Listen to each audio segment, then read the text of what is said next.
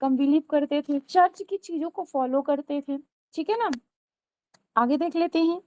Yes, ये एक चीज़ और क्वेश्चन आता है कि ये कहाँ से शुरुआत हुआ है? रेनेसां जो होता है स्टार्ट कहाँ से होता है? इटली के फ्लोरेंस सिटी से 14th सेंचुरी में ये रेनेसां स्टार्ट होता है, ठीक है ना? और मतलब ऐसे समझिए कि ये सबसे लेट में इंग्लैंड में आता है और सबसे ज़्यादा इंग्लैंड में आने के बाद ही प्रभावी होता है, ठीक है? सबसे ज़्यादा जो रेनेसां को जिसे बोल सकते हैं कि पावर दिया, वो प्रिंटिंग प्रेस ने दिया, ठीक है ना? प्रिंटिंग प्रेस अच्छे से आप लोग को पता होगा कि जर्मनी के जो जॉन गुटेनबर्ग थे, माने जाते हैं फादर ऑफ प्रिंटिंग प्रेस। कौन जाना जाता है? जॉन गुटेनबर्ग, जो कि जर्मनी के थे। उन्होंने इसको इन्वेंट किया था, लेकिन इंग्लैंड में लाने का जो श्रेय माना जाता है 1476 में विलियम कॉक्सटन को माना जाता है, ठीक है? उन्होंने इंग्लैंड में प्रिंटिंग प्रेस को लाया था और जिसकी वजह से बहुत मतलब ऐसा बोलिए कि बहुत ज़्यादा बदलाव देखने को मिला और रेनेसां को बहुत ज़्यादा पावर मिला, बहुत ज़्यादा कुछ ट्रांसफॉर्मेशन इन्हीं इस ये भी एक मेन वजह माना जाता है। आगे देख लेते हैं। जस्ट वेट, इसको हम हटा दें, नहीं तो वर्ड्स क्लियर नहीं होंगे। आगे देख लेते हैं। The renaissance period is also known as the early modern period in English literature में इसको अर्ली मॉडर्न पीरियड के नाम से जाना जाता है। During this period, the transformation from Middle Age into modernity happened in the areas of art and literature. Next point देखते हैं. This was the time the revival or rebirthing of European art and literature under the influence of classical models in 14th and 15th century. Okay, ऐसा समझिए कि चौसर के बाद, ठीक है, after Chaucer there was no great work produced in literature. Chaucer के बाद कोई ऐसी महान वर्क नहीं प्रोड्यूस हुए। रीजन क्या था? क्योंकि जो इंग्लैंड था फ्रांस के बीच में क्रूसेड चल रहा था, जिसे बोल सकते हैं रिलीजियस वॉर चल रहा था, जिसकी वजह से बहुत ज्यादा लोग लिटरेचर की तरफ ना झुक करके धर्म और युद्ध के क्षेत्र में अग्रसर हुआ करते थे, ठीक है ना? For more than 150 years due to the long war between England and France. Men were busy with the religious questions in their minds and busy in studying the classics than producing natural literature. But this is paved the way of golden age in English literature. लेकिन इस time period को माना जाता है golden as of English literature. क्यों माना जाता है? उसके पीछे रीजन है। गोल्डन एज एलिजाबेथ की वजह से कहा जाता है, एलिजाबेथन एज को ही कहा जाता है golden age. And Shakespearean age, क्योंकि शेक्सपियर आए थे, बहुत ज्यादा उन्होंने ड्रामा वगैरह, और सबसे ज्यादा जो एलिजाबेथ थी, जो क्वीन एलिजाबेथ थी, वो खुद अच्छी एक डांसर थी। उन्होंने कला को बहुत अच्छे से समझा और उसको मोटिवेट किया, उसको आगे बढ़ाने के लिए, प्रमोट करने के लिए बहुत ज्यादा उन्होंने वर्क किया था। आगे देख लेते हैं। रेनेसां इज फर्दर सब डिवाइडेड इनटू 4 पीरियड। इसको 4 पीरियड में डिवाइड किया गया है। पहला जो पीरियड आता है एलिजाबेथन पीरियड। इस पीरियड को, जैसा कि अभी हमने जिक्र किया, गोल्डन एज ऑफ बोला जाता है, ठीक है? एज ऑफ शेक्सपियर कहा जाता है, ठीक है ना? फ्लावरिंग एज ऑफ एलिजाबेथ भी कहा जाता है। टाइमिंग पीरियड इसका क्या है? 1558 टू 1603। दूसरा जो आता है जैकोबियन पीरियड 1603 टू 1625। तीसरा जो आता है कैरोलाइन एज। जैकोबियन में जेम्स फर्स्ट आते हैं, वेल नोन है, ओके, जेम्स फर्स्ट आते हैं। कैरोलाइन 1625 टू 1649 जो आते हैं Charles first, okay, Charles first का टाइम पीरियड रहता है। प्योरटन इंटरगनम या कॉमनवेल्थ पीरियड, ठीक है, प्योरटन इंटरगनम 1649 टू 1660। इस टाइम पे ओलिवर क्रॉमवेल का शासन होता है। ऐसा समझिए कि पूरे एक प्रकार से प्रजातंत्रात्मक सत्ता उस समय पे आ जाती है, ठीक है। नाउ देख लेते हैं notable writers and their work of this age. इससे पहले हम आपको कुछ इंपॉर्टेंट चीज और बताना चाहते हैं जो क्वेश्चन पूछा जाता है। इसके साथ साथ ही रेनेसा के साथ साथ ही रिफॉर्मेशन भी चालू हो जाता है। और आता क्यों है? जब रेनेसा चालू होता है तो रिफॉर्मेशन को भी बल मिलता है। एक वर्क आता है, उस वर्क का नाम होता है 95 थेसिस। क्या नाम रहता है? एक मिनट लिख देते हैं। उस वर्क का नाम होता है 95 थेसिस। ये वर्क आता है मार्टिन लूथर का, ठीक है। जो पब्लिश होता है 31 अक्टूबर 1517 में ये वर्क आता है। और इस वर्क की वजह से मतलब ये पूरा चर्च को ही टारगेट किया जाता है, क्योंकि रेनेसा का भी काम वही रहता है और रिफॉर्मेशन को हम यहाँ पे साथ साथ पढ़ते हुए चलेंगे ताकि दोनों चीजें हमारे यहाँ क्लियर हो जाए। रेनेसा एक कल्चरल मूवमेंट होता है और जो रिफॉर्मेशन होता है एक रिलीजियस मूवमेंट होता है। वो धर्म में सुधार चाहता है। वो चाहता है कि हम जो चीजें मतलब एक्चुअली क्या होता है ना कि जो किंग होता है, ठीक है ना, उस पे डोमिनेंट होता है रोमन कैथोलिक चर्च। सारी चीजें चर्च के अकॉर्डिंग ही चलती है। ठीक है। जब रिफॉर्मेशन आने लगता है तो धीरे धीरे लोगों की मेंटालिटी चेंज होती है। लोगों को लगता है नहीं, धर्म तो है ही लेकिन हमें कर्म को भी वरीयता देनी पड़ेगी। जो यहाँ चर्च ने फरमान जारी किया, जरूरी नहीं कि सब हमें एज इट इज ही मानना चाहिए, कुछ हमें अपने अकॉर्डिंग ही करना पड़ेगा। ठीक है, तभी तो हम आगे बढ़ पाएंगे। आगे देख लेते हैं। Just wait. यस, देखते हैं notable writers in their works of this age. क्या होता है? Desiderius, Erasmus, praise of folly, okay, and letter to Martin Dorp. ये वर्क है जो 1515 में आता है। एक इनका एसे रहता है जो लिखा किस में जाता है? लैटिन में, प्रेज ऑफ फॉली। ओके, इसका जो लैटिन टाइटल है क्या है? मोरिया इन कॉमियम। ठीक है। नेक्स्ट देखते हैं Thomas More, very famous work, आप लोग को बहुत अच्छे से पता है। यूटोपिया के बारे में पूछा जाता है तो ये अनरियल वर्ल्ड माना जाता है। ठीक है ना। आगे देख लेते हैं। वो मतलब जिसे बोल सकते हैं कि ऐसे वर्ल्ड की इसमें कल्पना की गई है जो कि इस दुनिया में इसकी बोल सकते हैं उम्मीद ही नहीं की जा सकती है। ठीक है ना। थॉमस मोर क्या बोलते हैं? ही is a best known for his work. इनका जो वर्क है यूटोपिया, ठीक है, is a work of fiction and social political satire written by Thomas More. It was originally published in Latin में आता है 1516 में under the full title of, ये बहुत इंपॉर्टेंट है अगर पूछ लिया गया कि जो यूटोपिया है इसका जो फुल टाइटल है वो क्या है? De optimo, yes, de optimo republica statu deque nova insula Utopia. Okay, ये इसका फुल टाइटल है। बहुत इंपॉर्टेंट है, ध्यान रखिएगा। इसका मतलब क्या होता है? On the best state of Republic and on the new island of utopia. Okay, in utopia Moore presents a fictional island society called Utopia as a critic. इसकी स्पेलिंग आप लोग ध्यान रखिएगा, क्रिटिक की, CRITIQU, of a political and social conditions of his time. The book is written in the form of dialogue between Moore himself and fictional character named Raphael. याद रखिएगा, Rafale और मोर के बीच कन्वर्सेशन यहाँ पे दिखाई गई है। ठीक है ना। And Raphael Hathloday, who describes his experiences in Utopia. Next writer आते हैं सर थॉमस वाइट। बहुत इंपॉर्टेंट है, इनके बारे में जानिए। He is a credited with the introducing the sonnet. याद रखिएगा, इंग्लिश जो लिटरेचर में सोनेट हम लोग पढ़ते हैं उसको इंट्रोड्यूस कराया था थॉमस वाइट ने। Inspired by Italian poetry, Watt experimented with the sonnet structure and adopted it to the English language. He helped popularize the Petrarchan sonnet, which consists of an octave, 8 line का होता है, sestet 6 line का होता है, with a specific rhyming scheme. Okay, जिसको Milton साहब follow करते हैं। नेक्स्ट आता है हेनरी होवार्ड। हेनरी होवार्ड के बारे में देखिए। अर्ला सरे built upon Watt's innovations and refined the sonnet from form further. He introduced the rhyming meter to English sonnet. याद रखिएगा, जो इंग्लिश सोनेट है उसमें राइमिंग मीटर इंट्रोड्यूस किसने कराया किया था? हेनरी होवार्ड ने। Okay, employing a specific pattern of alternating and rhymes. Surrey also divided the sonnet into quatrains, like 5-line stanzas, and added a final couplet, giving the sonnet a distinct structure of 3 quatrains and a closing couplet, like a Shakespearean sonnet. You know, Shakespeare follows this pattern of sonnets.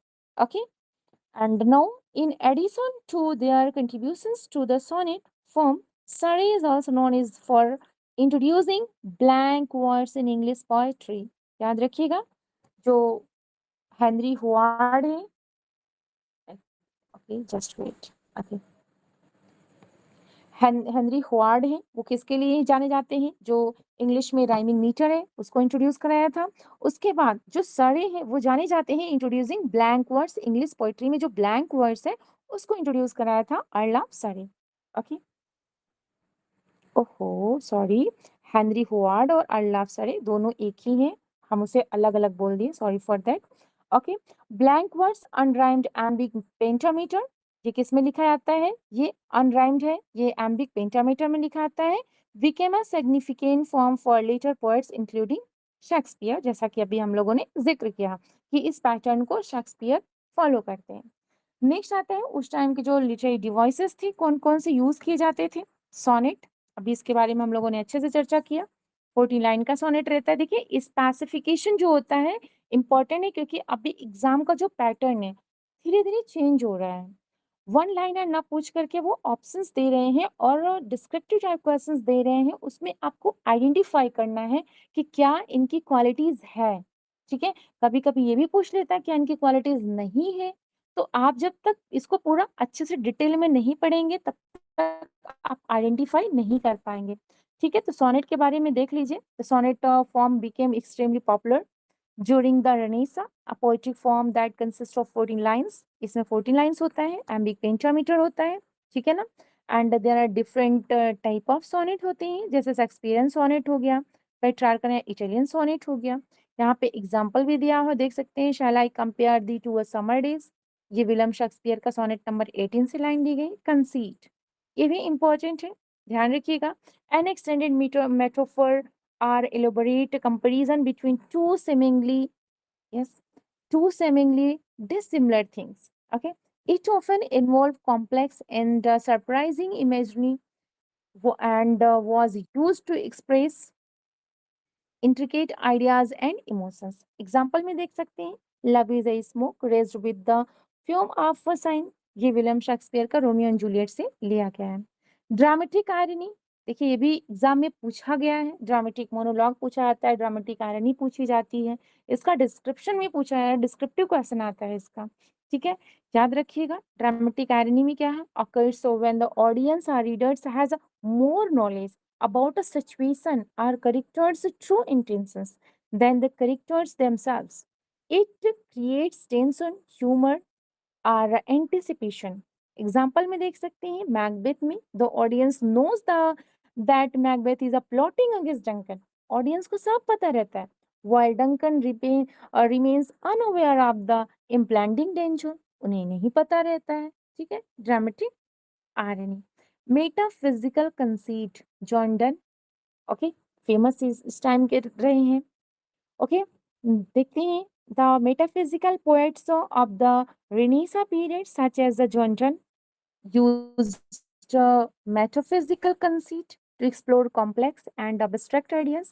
These conceits were often intellectual and extended metaphors that required readers to make connections between seemingly disparate subjects. जैसे example में देख सकते हैं, in John Donne's poem the flea, he compares the act of two people joining together in sexual union to the mingling of their blood in a flea। इसमें ये कहना चाह रहे हैं एक्चुअली, जो उस समय पे जो कॉन्सेप्ट दिया गया था मेटाफिजिकल कंसीट में, अगर टू पर्सन यहाँ पे हैं, ओके, अगर एक मस्कीटो आता है इनको भी बाइट करता है और वही मस्कीटो इनको बाइट करता है, सपोज दैट ये लेडी है, अगर वो प्रेग्नेंट होती है तो इनका ब्लड इनके में जाने की वजह से ये जो बेबी होगा ये इनका माना जाएगा, मतलब उस बेबी का जो पप्पा होंगे ये होंगे। ठीक है, ये मेटिका मेटाफिजिकल कंसीट के अकॉर्डिंग ऐसा रूल दिया गया था। ठीक है, तो यहाँ पे यही कहना चाह रहे हैं कि द फ्ली ही ये जो जॉन डे ने उनका एक पोम था द फ्ली, उसमें उन्होंने क्या कहा था, he compares the act of two people joining together in a sexual union to the mingling of their blood in a flea bite. Okay, now next देखते हैं blank words। blank words ये भी question पूछा गया है previous exam में। blank words is a unrhymed poetry written in a iambic pentameter, ये किस में लिखा जाता है, iambic pentameter में लिखा जाता है। it became popular during the Renaissance, ये बहुत ज़्यादा पॉपुलर होता है रेनेसां के टाइम में, was used extensively in a plays and epic poem. Like you can say that I have of late, but wherefore I know not lost all my mirth. ये William Shakespeare का ये वर्क है Hamlet, वहां से line ली गई है। Parody देख लेते हैं। यस, पैरोडी वेल नोन है, इमिटेशन होता है, मॉकरी होती है, ठीक है। इसमें एग्जांपल देख लीजिए पैरोडी में, जो डॉन कॉक्सवर्थ by the Miguel de Cervantes, the titular characters parodies the romantic nights of old by engaging in absurd adventures. Allusion well known है, allusion क्या होता है, एक passing reference होता है, इसे पूछा गया है ये भी। इसमें हम एग्जाम्पल दे देते हैं, ज़रूरी नहीं कि जिसका हम एग्जाम्पल दे रहे हैं वो पर्सन उसको जानता ही हो, ठीक है। वो कोई मतलब प्लेस से हो सकता है एग्जाम्पल, कोई इवेंट से हो सकता है, कोई हिस्टोरिकल इवेंट्स हो सकते हैं, ठीक है ना। वही होता है इल्यूजन, आप लोगों ने बहुत अच्छे से पढ़ा होगा। एग्जाम्पल में देख लेते हैं, in John Milton Paradise Lost he alludes to the biblical story of Adam and Eve. उन्होंने इसका एल्यूजन दिया था, expulsion from the garden of Eden. Okay, next देख लेते हैं एपिथेट। एपिथेट क्या होता है, एक प्रकार का एडजेक्टिव होता है, जैसे कि जब हम किसी चीज को किसी पर्सन के आगे कोई एडजेक्टिव जोड़ देते हैं, ठीक है। जैसे यहाँ पे एग्जाम्पल में देख सकते हैं रिचर्ड द लायन हार्ट। अब यहाँ पे लायन हार्ट इनका क्या है, एपिथेट है। ओके, नेक्स्ट देखते हैं ट्रांसफर एपिथेट। ट्रांसफर एपिथेट क्या होता है, जब हम उस एडजेक्टिव को क्या करते हैं, ट्रांसफॉर्म कर देते हैं। ऐसा समझिए एकदम इजी लैंग्वेज में।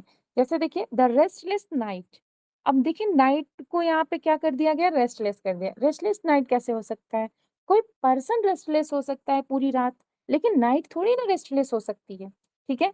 तो इस तरीके से यहाँ पे हम लोगों ने उस लिटरेरी डिवाइसेस को भी कंप्लीट कर लिया है। आगे थोड़ा सा हम और देख लेंगे, आज सर का क्लास है नहीं, थोड़ा सा और आप लोग समझ लीजिए, ठीक है। यस, आप लोग परेशान तो नहीं हो रहे हैं जी? No ma'am, no ma'am. जी, आगे थोड़ा सा हम कंटिन्यू और कर लेते हैं, अभी टाइम है, ठीक है। 10 जी मिनट जी और जी शेयर कर मैम। लेते हैं जी। जी मैम। थोड़ा सा, हाँ जी, थोड़ा सा हम लोग रिफॉर्मेशन पे पढ़ रहे थे, जैसा कि हमने बताया था मार्टिन लूथर का एक वर्क आया था 1905 थीसिस करके। उस वर्क ने बहुत ज्यादा ऐसा समझिए कि रिफॉर्मेशन में बहुत ज्यादा वर्क किया, ठीक है। लेकिन अगर बोला जाए कि morning star of Renaissance, sorry reformation, वो कौन, वो किसको कहा जाता है, जॉन वाइक्लिफ को कहा जाता है। ये क्वेश्चन पूछा गया है, ठीक है। जॉन वाइक्लिफ को कहा जाता है, इन्होंने ही बाइबल को ट्रांसलेट किया था सबसे पहले, ठीक है। और इवनिंग स्टार ऑफ स्कॉलरिस्टिसिज्म किसको कहा जाता है, जॉन वाइक्लिफ को ही कहा जाता है। इनके फॉलोअर्स को क्या कहा जाता है, लुलार्ड्स कहा जाता है। ये भी क्वेश्चन पूछा गया है, ठीक है। एंड पैट्रोनाइज कौन किया था, जो हेनरी एट थे, ठीक है। हेनरी एट्थ ने इनको पैट्रोनाइज किया था। उसी टाइम पे एक माना जाता है जो मिरेकल प्ले होता है, मिस्ट्री प्ले होता है, बहुत ही फेमस था। इस पे भी क्वेश्चन बनते हैं। अगर पूछा जाए कि मिरेकल प्ले जो था वो प्रेजेंट कब किया जाता था, तो 15 एंड 16 सेंचुरी से बिलोंग करता था, ठीक है। Miracle play is also known as saint play, ये क्वेश्चन पूछा गया है, ठीक है। और इसमें ये भी पूछा जाता, देखिए जो मिरेकल प्ले हो गया, मिस्ट्री प्ले होगा, मोरालिटी प्ले हो गया, इसमें से क्वेश्चन मोस्टली हर एक एग्जाम में आप लोगों ने देखा होगा, ठीक है। तो इसमें से जितने क्वेश्चन बनते हैं हम उसको सिर्फ उस क्वेश्चन को ही देखेंगे। जैसे मिरेकल प्ले को किस नाम से और जाना जाता है, साइंस प्ले के नाम से जाना जाता है, ठीक है।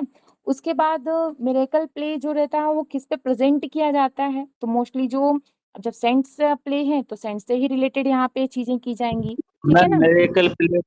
मिरेकल प्ले को दूसरे किस नाम से जाना जाता है, वो एक बार रिपीट करना प्लीज इनको। जी, जस्ट जस्ट जस्ट वेट, देखिए सेंट्स प्ले, ओके, हाँ, सेंट्स प्ले के नाम से जाना जाता है, ठीक है। दूसरा जो पॉइंट आता है, मिरेकल प्ले जो होता है वो रिप्रेजेंट करता है, क्या प्रेजेंट करता है, तो फिक्टिशियस जो लाइफ होती है या रियल लाइफ होती है, सपोज दैट कोई सेंट्स है, बहुत अच्छा वर्क उन्होंने किया है, उनकी लाइफ के बारे में एक्ट की जाएगी। या कुछ ऐसी बनावटी जैसे काल्पनिक चीजें होती हैं, जैसे भगवान ने अवतार लिया या गॉड ने अवतार लिया, ऐसे ऐसे चीजें किया, किसी ने देखा नहीं है, वो फ्रैक्टिजियस मान करके उस पे वर्क किया जाता है, ठीक है ना।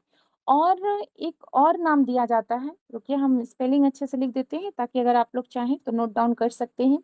यस यस, मिरेकल प्ले को मार्टेड्रम प्ले के नाम से भी जाना जाता है। MARTYRDOM, मार्टेड्रम प्ले के नाम से भी जाना जाता है, ठीक है। इसमें देखिए जो वर्जिन मैरी है और सेंट निकोलस, ये भी पूछा जाता है कि ये मोस्टली किस पे बेस्ड होती हैं, साइंस पे तो होती हैं, लेकिन इसमें जो लाइफ डिपिक्ट की जाती है वो Virgin Mary and Saint Nicholas, जो एक बिशप ऑफ मायरा करके जाने जाते हैं, उन पे मोस्टली बेस्ड होती थी, ठीक है। आगे देख लेते हैं। यस, और ये परफॉर्म कहाँ की जाती थी? ये परफॉर्म चर्च में की जाती थी, ठीक है। और इसमें जो पार्टिसिपेट करते थे, कौन करता था? वो मोस्टली जो चर्च मैन होते थे वही लोग यहाँ पे पार्टिसिपेट भी करते थे, ठीक है। एक क्वेश्चन और बनता है, वो मिस्ट्री प्ले से रिलेटेड होता है। मिस्ट्री प्ले को बैन किसने किया था?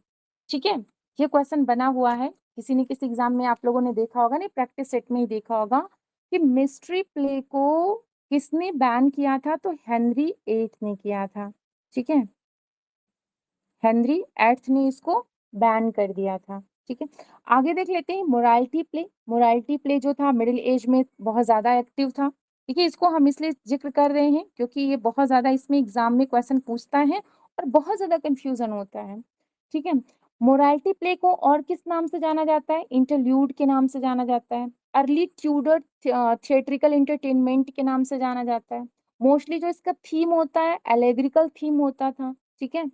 और इसका जो पर्पज होता था, पर्पज क्या होता था इसका? जैसे इंटरटेन के साथ एजुकेशन देना। जैसे हमारे यहाँ जो शिक्षा पद्धति है, जैसे बच्चों की बुक देखिए, तो बच्चों की बुक कितनी महंगी, छोटे छोटे बच्चों की बुक महंगी किस लिए आती है? क्योंकि जो उसमें फिगर्स बने होते हैं, फिगर के माध्यम से बच्चों को एंटरटेन कराया जाता है और आइडेंटिफाई कराया जाता है। जैसे एप्पल्स बड़ा सा बना दिया जाता है ना, तो इसी तरीके से जो मोरालिटी प्ले होता था वो इस तरीके से क्रिएट किया जाता था ताकि लोगों को शिक्षा भी मिल जाए और उनको मजा भी आए, एंटरटेनमेंट भी उनका अच्छे से होता रहे, ठीक है। और एक क्वेश्चन और बनता है, who developed the morality play? Morality play को किसने डेवलप किया था? तो क्रिस्टियन फ्रायर नाम के पर्सन थे। यस, एक मिनट हम लिख देते हैं, क्रिस्टियन फ्रायर्स, ओके। इन्होंने इसको डेवलप किया हुआ था मोरालिटी प्ले को, ठीक है। तो इतना ही हम लोग रखेंगे, हमारा मकसद था कि मोरालिटी प्ले और मिरेकल प्ले, मिस्ट्री प्ले सारा हम लोग का क्लियर हो जाए। यहाँ पे सारा होप सो आप सबका क्लियर हो गया होगा। फिर भी अगर कोई